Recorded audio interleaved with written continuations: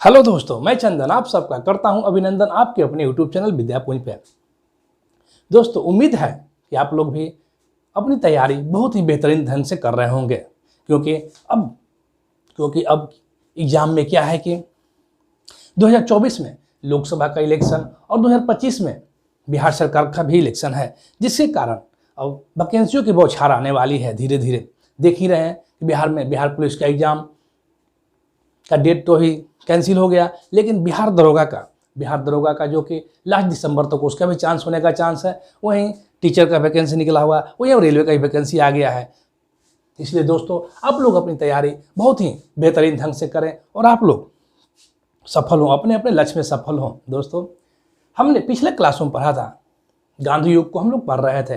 गांधी युग में हमने देखा कि महात्मा गांधी का जन्म 2 अक्टूबर 1869 ईस्वी को पोरबंदर के गुजरात में होता है और उन्होंने अपनी पढ़ाई, वकालत की पढ़ाई लंदन से करते हैं और उसके बाद वह गुजरात के व्यापारी अब्दुल्ला सेठ के वकालत के लिए दक्षिण अफ्रीका जाते हैं, जहां उन्होंने नस्ल विभेद, पंजीकरण और शादी विवाह के रीति रिवाजों के लिए सत्याग्रह किया और उसमें वह सफल होते हैं। उसके बाद 9 जनवरी 1915 ईस्वी के भारत आते हैं और वही 9 जनवरी को ही उनके आगमन के उपलक्ष्य में भारतीय प्रवासी दिवस भी मनाया जाता है। दोस्तों, उसके बाद वे चंपारण आंदोलन करते हैं। उसके बाद वे 1917 ईस्वी में चंपारण आंदोलन करते हैं। उसके बाद अहमदाबाद मिल मजदूरों के लिए आंदोलन करते हैं 1918 ईस्वी में। और उसके बाद खेरा आंदोलन, जो कि किसानों के लिए आंदोलन करते हैं। और तीनों आंदोलन जो कि क्षेत्रीय होता है और तीनों आंदोलन में वो सफल होते हैं। उसके बाद गांधी जी उसके बाद 2020 से, यानी कि असहयोग आंदोलन से वे पूरे भारत के लिए राष्ट्रीय आंदोलन में भूमिका निभाते हैं। तो आइए हम देखते हैं। आइए दोस्तों, हम लोग देखते हैं असहयोग आंदोलन से पहले हम लोग खिलाफत आंदोलन को देखते हैं। खिलाफत आंदोलन जो कि ब्रिटिश के विरुद्ध मुसलमानों के किया जाने वाला खिलाफत आंदोलन के, क्योंकि प्रथम विश्व युद्ध में तुर्की के हार के बाद ब्रिटिश और तुर्की के बीच में सेवर्स की संधि होती है, जिसमें तुर्की के सुल्तान के अधिकार छीन लिए जाते हैं और पूरे विश्व के मुसलमान जो कि तुर्की के सुल्तान को अपना खलीफा मानते हैं और अपने खलीफा के लिए ब्रिटेन के विरुद्ध में खिलाफत आंदोलन करते हैं। तो आइए हम लोग देखते हैं दोस्तों। उसी तरह भारत में खिलाफत आंदोलन भी शुरू होता है। दोस्तों, देखते हैं केंद्रीय खिलाफत समिति का बैठक 1 जून 1919 ईस्वी को होता है, जो कि इलाहाबाद में होता है। यह इलाहाबाद में होता है। केंद्रीय खिलाफत समिति की बैठक 1 जून 1919 को इलाहाबाद में होता है, जिसमें गांधी जी भी हिंदू और मुस्लिम को एकता देखते हुए खिलाफत को समर्थन देते हैं और खिलाफत प्रस्ताव पास होता है। उसके बाद नवंबर 1919 ईस्वी को दिल्ली में अखिल भारतीय खिलाफत कमेटी का अधिवेशन होता है, जिसका अध्यक्षता गांधी जी के द्वारा किया जाता है। और इसी मन से गांधी जी असहयोग प्रस्ताव भी पारित करते हैं और गांधी जी स्वदेशी नीति अपनाने पे बल देते हैं। भारत में खिलाफत आंदोलन के 2 मुख्य नेता थे, जिन्हें अली बंधु के नाम से जाना जाता है, मोहम्मद अली और शौकत अली। उसके बाद 1920 ईस्वी में इलाहाबाद में हिंदू और मुस्लिमों का संयुक्त बैठक होता है और इसमें असहयोग को अस्त्र के रूप में अपनाने का निर्णय लिया जाता है। दोस्तों, 31 अगस्त 1920 को पूरे देश में खिलाफत दिवस मनाया जाता है। दोस्तों, आप जानते होंगे कि कभी कभी दोस्तों हमेशा क्वेश्चन पूछता है कि तुर्की में खलीफा का पद कब समाप्त हो गया।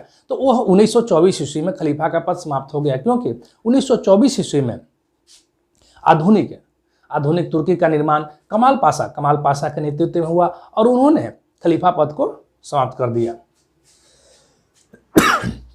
दोस्तों, हम लोग देखते हैं असहयोग आंदोलन जो कि सितंबर 1920 में कांग्रेस के कलकत्ता अधिवेशन जो कि सितंबर 1920 में होता है, जिसकी अध्यक्षता लाला लाजपत राय के द्वारा होता है, जिसमें असहयोग प्रस्ताव को पास किया जाता है, जिसमें असहयोग आंदोलन को असहयोग प्रस्ताव को पास किया जाता है। इसके विरोध में कांग्रेस से लाला लाजपत राय, चित्तरंजन दास और जिन्ना, इन्होंने कांग्रेस छोड़ देते हैं। दोस्तों अब हम लोग देखते हैं असहयोग आंदोलन जो कि कांग्रेस के कलकत्ता अधिवेशन जो सितंबर 1920 में शुरू होता है, जिसकी अध्यक्षता लाला लाजपत राय के द्वारा होता है। इस अधिवेशन में गांधी जी द्वारा असहयोग प्रस्ताव को पास करवा लिया जाता है। इसके विरोध में लाला लाजपत राय, चित्तरंजन दास और जिन्ना कांग्रेस को छोड़ देते हैं, यानी कांग्रेस से बाहर निकल जाते हैं। दिसंबर 1920 नागपुर अधिवेशन में, जिसकी अध्यक्षता बी राघवाचारी करते हैं, इसमें अंतिम रूप से असहयोग प्रस्ताव को पास कर लिया जाता है और असहयोग आंदोलन चलाने की परमिशन दे दिया जाता है। 1 अगस्त 1920 को आंदोलन प्रारंभ होता है और इसी दिन तिलक की मृत्यु है। आइए हम लोग देखते हैं कुछ असहयोग आंदोलन चलाने के लिए तिलक कोष का गठन होता है, जिसमें 6 महीना के अंदर ही करीब 1 करोड़ रुपया, करीब 1 करोड़ का कोष जमा हो जाता है। वहीं 1 अगस्त 1920 को सुबह में ही तिलक की मृत्यु हो जाती है, जो कि एक अपूरणीय क्षति होता है। असहयोग आंदोलन 5 फरवरी 1922 को चौरी चौरा घटना के बाद 12 फरवरी को वापस ले लिया जाता है। असहयोग आंदोलन जो कि 12 फरवरी को वापस ले लिया जाता है। असहयोग आंदोलन के बारे में कुछ नेताओं ने, असहयोग आंदोलन जब वापस ले लिया जाता है तो असहयोग आंदोलन के बारे में कुछ नेताओं द्वारा कुछ टिप्पणी किया गया है। हम लोग देखते हैं लाला लाजपत राय जो कि बोलते हैं कि किसी एक स्थान के पाप के कारण पूरे देश को दंड देना यह उचित नहीं है। उसके बाद सुभाष चंद्र बोस अपनी बुक द इंडियन स्ट्रगल में लिखते हैं कि जब भारतवासियों का हौसला बुलंद पर था, उस समय असहयोग आंदोलन को वापस लेना राष्ट्र हित में हानिकारक था। उसके बाद मोतीलाल नेहरू कहते हैं कि यदि कन्याकुमारी के किसी गांव में हिंसा होती है तो उसके लिए हिमालय के किसी एक गांव को दोषी ठहराना उचित नहीं है। दोस्तों असहयोग आंदोलन जो कि 4 चरणों में होते हैं। असहयोग आंदोलन के प्रथम चरण में बहिष्कार चरण होता है। बहिष्कार चरण में स्वदेशी अपनाओ का नारा होता है और विदेशी वस्तुओं का त्याग होता है। 1920 के शुरुआत में देखते हैं कि इंग्लैंड से भारत में आयातित वस्तुओं का मूल्य करीब 1 अरब था। वहीं आंदोलन के समय आयातित वस्तुओं करीब 50 करोड़ हो जाते हैं, यानी आधे घट जाते हैं। सेकंड चरण में रचनात्मक कार्य होते हैं, यानी कि चरखा चलाना, खुद से कपड़ा बुनना इत्यादि। थर्ड चरण व्यापक एवं उग्रता हो जाते हैं। वहीं फोर्थ चरण में उग्र प्रभाव होने लगते हैं, क्योंकि असहयोग आंदोलन चलाने के समय में गांधी जी बोलते हैं कि यदि हम लोग असहयोग आंदोलन चलाते हैं और स्वदेशी की नीति अपनाते हैं तो 1 साल के अंदर हमें आज़ादी मिल जाएगी। लेकिन 1 साल बीत जाने के बाद भी कोई प्रभाव नहीं पड़ता, अंग्रेजों को कोई प्रभाव नहीं पड़ता। इसलिए भारतवासी यानी पब्लिक धीरे धीरे उग्र होने लगता है, और जिसका कारण होता है चौरी चौरा घटना। चौरी चौरा जगह पे एक पुलिस स्टेशन को घेर कर कुछ नागरिकों द्वारा उन्हें आग लगा दिया जाता है, जिससे 21 लोगों की मृत्यु हो जाती है, जिस पर गांधी जी बहुत क्षुब्ध हो जाते हैं और गांधी जी बोलते हैं कि अभी हमारे देशवासियों को अहिंसा के द्वारा सत्याग्रह करना अभी सीखना पड़ेगा, और उसके बाद वे अपना आंदोलन वापस ले लेते हैं। 12 फरवरी 1922 को बारदोली में स्थगित का प्रस्ताव पास हो जाता है, यानी कि असहयोग आंदोलन स्थगित का प्रस्ताव पास होता है और असहयोग आंदोलन बंद हो जाता है। असहयोग आंदोलन के दरमियान बहुत से कार्य हुए, वो हम लोग आइए देखते हैं। रचनात्मक कार्य बहुत ज़्यादा बल दिया। इसमें 1 करोड़ सदस्य बनाने का निर्णय लिया गया। वहीं चरखा का महत्व दिया गया। दोस्तों आइए हम देखते हैं असहयोग आंदोलन का महत्व जन पे क्या पड़ा। असहयोग आंदोलन पहला जन आंदोलन था। असहयोग आंदोलन पहला जन आंदोलन था और इसी को राष्ट्रव्यापी आंदोलन भी कह सकते हैं, यानी पूरे राष्ट्रव्यापी आंदोलन का पहला आंदोलन असहयोग आंदोलन ही था। इसमें हिंदू और मुस्लिम एकता देखने को मिली, असहयोग आंदोलन में हिंदू मुस्लिम एकता देखने को मिली। इसके पहले हिंदू मुस्लिम कभी एकता नहीं हुए और न ही इस आंदोलन के बाद हिंदू मुस्लिम कभी एकजुट हो पाए। उसके बाद नारी शक्ति, इस आंदोलन में देखा गया कि पहली बार नारी यानी पहली बार स्त्रियां घर से निकलकर शराब के दुकानों पे शराब के ठेकेदारों के विरुद्ध में आवाज उठाएं। इस आंदोलन के बाद पुलिस डर समाप्त हो गया, जो कि पहले भारत के नागरिक जो कि पुलिस को देखते ही डर के मारे घर में दुबक जाते थे, लेकिन इसके बाद पुलिस का डर समाप्त हो गया और जेल जाने को अपना सम्मान समझने लगे लोग। राष्ट्रवादी विचार, इस आंदोलन के समय पब्लिकों में राष्ट्रवादी विचार उत्पन्न हुआ, लेकिन इस आंदोलन में उद्योगपतियों का समर्थन नहीं था। उद्योगपतियों द्वारा असहयोग आंदोलन को समर्थन नहीं किया गया था।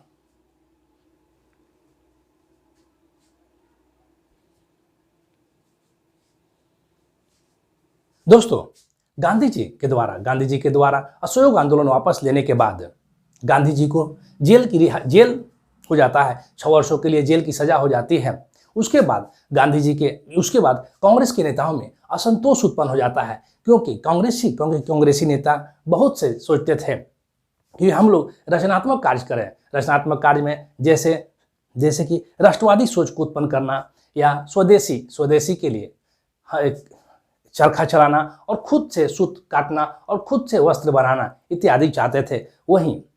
वहीं कुछ लोग यह भी चाहते थे कि 1919 एक्ट के द्वारा जो केंद्रीय विधानमंडल में चुनाव होने जा रहा था, उसमें हम लोग हिस्सा ले और उसका भाग बन करके हम अपने लिए अधिकार मांगे और अपने लिए नियम बनाएं। तो आइए हम लोग देखते हैं दोस्तों, कांग्रेस जो कि 2 गुट में बट गया था, परिवर्तनवादी और अपरिवर्तनवादी। परिवर्तनवादी चाहते थे कि 1919 के एक्ट द्वारा विधान परिषद जो चुनाव होने जा रहा था उसमें हम लोग भाग ले। उसके मुख्य नेता में चित्तरंजन दास, मोतीलाल नेहरू, विठल भाई पटेल, वहीं हकीम अजमल खां थे। वहीं अपरिवर्तनवादी सोच वाले नेता लोग जो रचनात्मक कार्य करना चाहते थे, उनमें मुख्य रूप से राजेंद्र प्रसाद, सरदार वल्लभ भाई पटेल, सी राजगोपालाचारी थे। कांग्रेसी नेताओं के द्वारा दिसंबर 1922 ईस्वी में बिहार के गया में एक अधिवेशन बुलाया जाता है, जिसमें वे लोग प्रस्ताव पास करते हैं कि हम लोग कि कांग्रेस है जो कि चुनाव में प्रवेश नहीं करेगा। इस तरह कांग्रेस के ढुलमुल रवैये के कारण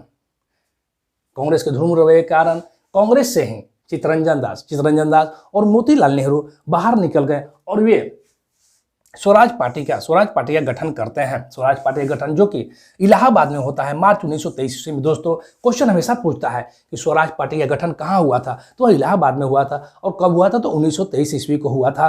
किनके द्वारा? जिसके प्रथम अध्यक्ष चित्तरंजन दास थे, वहीं उनके सचिव मोतीलाल नेहरू थे।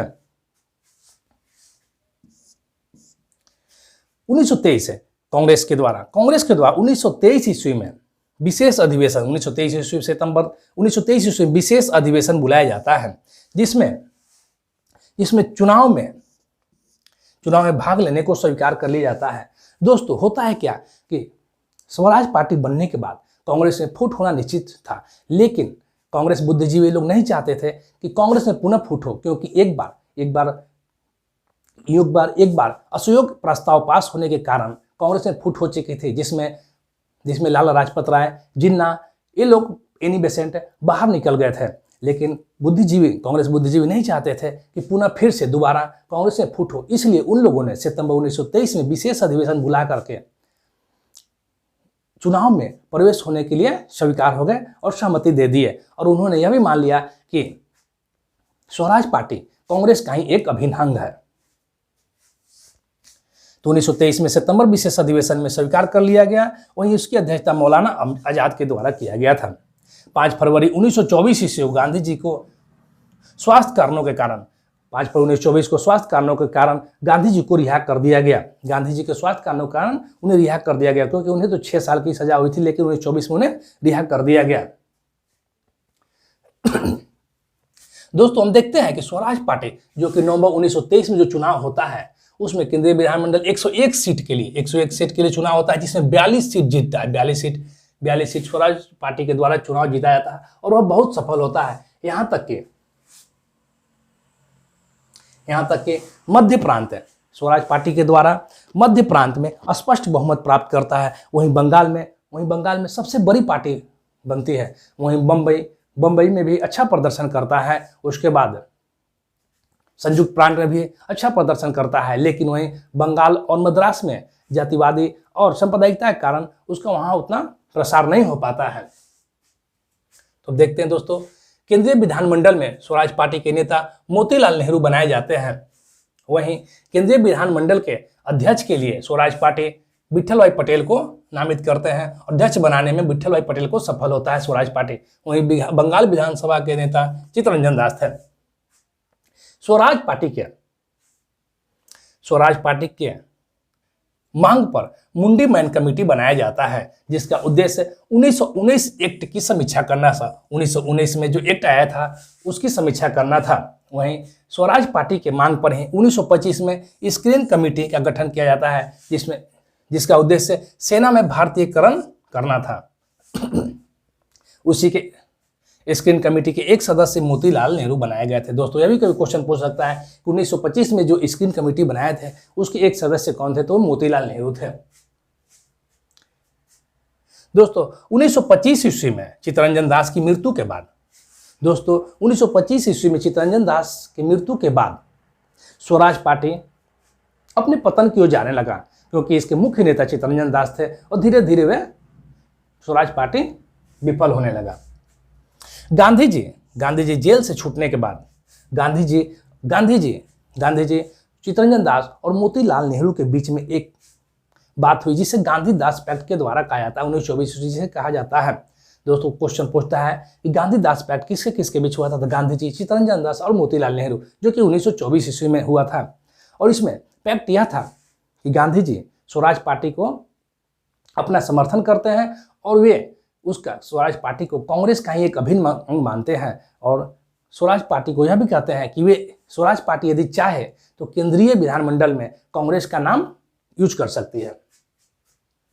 गांधी दास पैक्ट की पुष्टि करने के लिए कांग्रेस का बेलगांव में अधिवेशन होता है, जिसकी अध्यक्षता गांधी जी के द्वारा किया जाता है। दोस्तों, एक और भी क्वेश्चन देखिए, यहाँ बहुत ही इंपॉर्टेंट क्वेश्चन है, आप लोग इसे मान लीजिए इंपॉर्टेंट क्वेश्चन है, क्योंकि क्वेश्चन हमेशा पूछता है कि गांधी जी द्वारा किस अधिवेशन की अध्यक्षता किया गया था, कांग्रेस में किस अधिवेशन का अध्यक्षता किया गया था। तो वह बेलगांव अधिवेशन था। गांधी जी के द्वारा केवल बेलगांव में एक ही बार अध्यक्षता किया गया था, यानी पहला और अंतिम बार बेलगांव अधिवेशन में। वही क्वेश्चन यह भी एक और पूछता है कि कौन सा अधिवेशन जो कि गांव में हुआ था, पहली बार गांव में हुआ था, तो वह बेलगांव अधिवेशन ही है। यानी कि इससे दो क्वेश्चन बनता है दोस्तों, यानी कि पहली बार गांव में होने वाला अधिवेशन कहाँ था, तो बेलगांव में था। वहीं गांधी जी के द्वारा पहली बार अध्यक्षता किस अधिवेशन में किया गया, तो बेलगांव अधिवेशन में ही किया गया था। 1926 का वर्ष गांधी जी का मौन वर्ष रहा, क्योंकि गांधी जी कोई इसमें बड़े आंदोलन या कुछ करने में रुचि नहीं लेते हैं, बल्कि गांधी जी का मौन वर्ष था, 1926 मौन वर्ष था। दोस्तों, एक और बात आप लोग याद रखिएगा कि स्वराज पार्टी के द्वारा स्थानीय निकाय के चुनाव में भी अच्छा प्रदर्शन किया गया था। कलकत्ता में बहुमत आकर के कलकत्ता के चित्तरंजन दास मेयर बनाए गए थे। वहीं सुभाष चंद्र बोस सीओ बने थे। वहीं अहमदाबाद में भी विठल भाई पटेल मेयर बनाए गए थे। वहीं पटना में राजेंद्र प्रसाद मेयर बने। वहीं इलाहाबाद में जवाहरलाल नेहरू बने थे। दोस्तों, आप लोग इसमें हमेशा याद रखिएगा, स्वराज पार्टी का गठन इलाहाबाद में हुआ और 1923 ईस्वी में हुआ था। वहीं क्वेश्चन हमेशा एक क्वेश्चन पूछता है बिहार के एग्जाम में कि गया अधिवेशन कब हुआ था, तो 1922 ईस्वी में हुआ था।